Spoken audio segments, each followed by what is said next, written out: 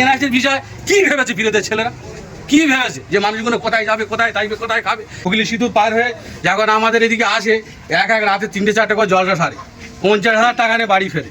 তাদের কি ঝোঁক লেগেছে এই বাড়ি করা? বিজেপির থেকে আইএসএফ এরা হচ্ছে কিছু পয়সা পাচ্ছে, কলকে তামাক খাবার মতন অবস্থা। উনি একটা গাঁজা। এই গত কয়েকদিন হচ্ছে আব্বাস সিদ্দিকী শওকত মোল্লাকে বলছে জাহান্নামের কুকুর। আপনি একটা মুরব্বী মানুষ, আচ্ছা কাউকে কি জাহান্নামের কুকুর বলা যায়? এ সম্পর্কে আপনি কি বলবেন? আমরা ইসলাম সমাজের মধ্যে কাউকে কোনোদিন জাহান্নামের কুকুর তো দূরের কথা, মানে কোনো কিছু বলা চলে না, কারণ এগুলো হাদিসের মধ্যে নাই, আর এগুলো বলা মানে অপরাধ। তাহলে আব্বাস সিদ্দিকী কি ভুল বলেছে? নিশ্চয়ই, তাহলে নিশ্চয়ই ভুল বলেছে, অবশ্যই ভুল বলেছে। একটা মানে পীরেদের আওলাদ হয়ে এত বড় বড় কথা বলা ওনার উচিত হয়নি, আর এগুলো বলা ঠিক না। এগুলো হচ্ছে কি, আমরা কোনো মানুষকে জাহান্নামী বলা যাবে না, কোনো মানুষকে হচ্ছে কি মুনাফেক বলা যাবে না, কোনো মানুষকে ইহুদি বলা যাবে না, বা কোনো মানুষকে কোনো রকম কোনো কিছু বলা যাবে না। এগুলো বলা 26-এর নির্বাচনে আব্বাস সিদ্দিকী হয়তো ক্যানিং পূর্বে দাঁড়াতে পারে। এখানে আপনারা কাকে চাইবেন?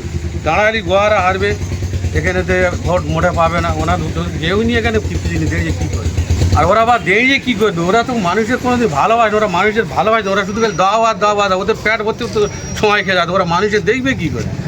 আমাদের এমএলএ একটা নীতি আছে, আমাদের এমএলএ যার কাছে যায়, আমরা যখন যাই যে সমস্যার জন্য যাই, আমরা সময় যে সেই সঙ্গে সঙ্গে পেয়ে যাই। ওনারা তো পীরের আওলাদ, ছোট পীরের আওলাদ বলে, ওনারা তো মিডিয়া হিসেবে কাজ করছে। টাকার বস্তা দেবে, সেদিকে ঘুরে গাইবে। আবার টাকা হয়ে যাবে, ওরা যখন হুগলি সেতু পার হয়ে যখন আমাদের এদিকে আসে এক এক রাতে 3-4 করে জলসা সারে 50,000 টাকা নিয়ে বাড়ি ফেরে।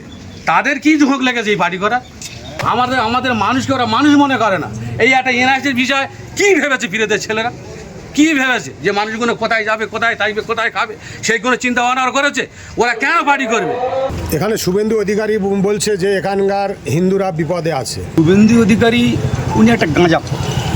উনি আমাদের তৃণমূল কংগ্রেসে থেকে খেয়ে পড়ে যেভাবে সর্বস্ব লুট করে বিজেপিতে গেছে, মানে ভারতীয় জনতা পার্টিতে গেছে বাঁচার রাস্তা খোঁজার জন্য, সেই জন্য উনি কি বলছে আবল তাবল বলছে। ওই আবল তাবলতে আমাদের কোনো মাথা ব্যথা নেই, বা আমাদের ওই কথার উপরে আমাদের কোনো মন্তব্য করবো না। উনি একটা পাগল। তিনি এটাও বলছেন যে আমরা যদি বাংলায় ক্ষমতা আসি, আমরা মহিলাদের মাসে 3,000 টাকা করে দেব। এ বিষয়ে কি বলবেন? আমি প্রথমেই বলেছি যে ও একটা পাগল, গাঁজাখোর ছাড়া কিচ্ছু নয়।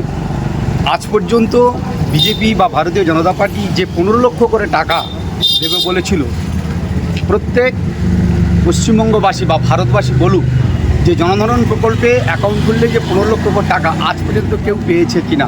ফলে উনি যেটা বলছেন তাহা মিথ্যা কথা, এর কোনো বাস্তবতা নেই। বিধায়ক শওকত মোল্লা তো ভাঙড়ে পর্যবেক্ষক হওয়ার পরে ক্যানিং পূর্বে তো সেইভাবে টাইম দিচ্ছে না, তারপরেও কি শওকত মোল্লাকে এখানে চাইছেন? সময় দিচ্ছে না কে বলল?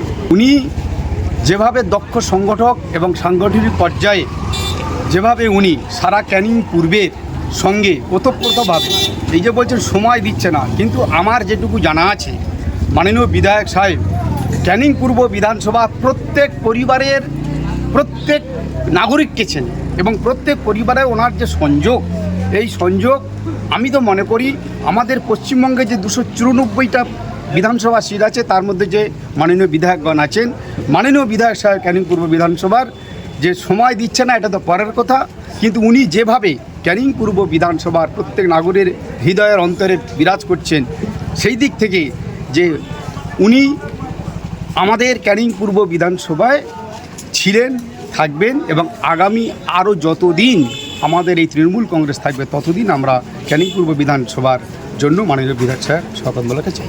সামনে যে দুর্গা উৎসব, এই দুর্গা উৎসবকে কেন্দ্র করে শওকত মোল্লা আপনাদের কতটা সাথ দিচ্ছে? শুভ শারদীয়া উৎসবে মাননীয় বিধায়ক সাহেবের যে দান বা ওনার যে দেওয়া, সেটা আমি কেন বলবো, আমার ক্যানিং পূর্ব বিধানসভার প্রত্যেক নাগরিক তারা বলবে যে প্রত্যেক পুজোতে যেভাবে উনি মায়েদের শাড়ি থেকে যুবক বা বয়স্কদের পাঞ্জাবির থেকে এবং শার্ট থেকে বিভিন্ন ধরনের সমস্ত কিছুই উনি এই শারদীয় উৎসবে বিতরণ করেন ওনার নিজস্ব তহবিল থেকে। এটা কোনো সরকারি অনুদান নয়। এছাড়া মাননীয় বিধায়ক সাহেব এই যে আলোয় আলোয় চারিদিকে দেখবেন ক্যানিং পূর্ব বিধানসভার স্ট্রিট লাইটে ভরপুর, উনি কথা দিয়েছিলেন যে শুভ শারদীয়া উৎসবে ক্যানিং পূর্ব বিধানসভার যত স্ট্রিট লাইট আছে প্রায় 13,000 মতন সমস্ত স্ট্রিট লাইট উনি বলেছিলেন আমি আলোকমালায় সুসজ্জিত করে দেবো।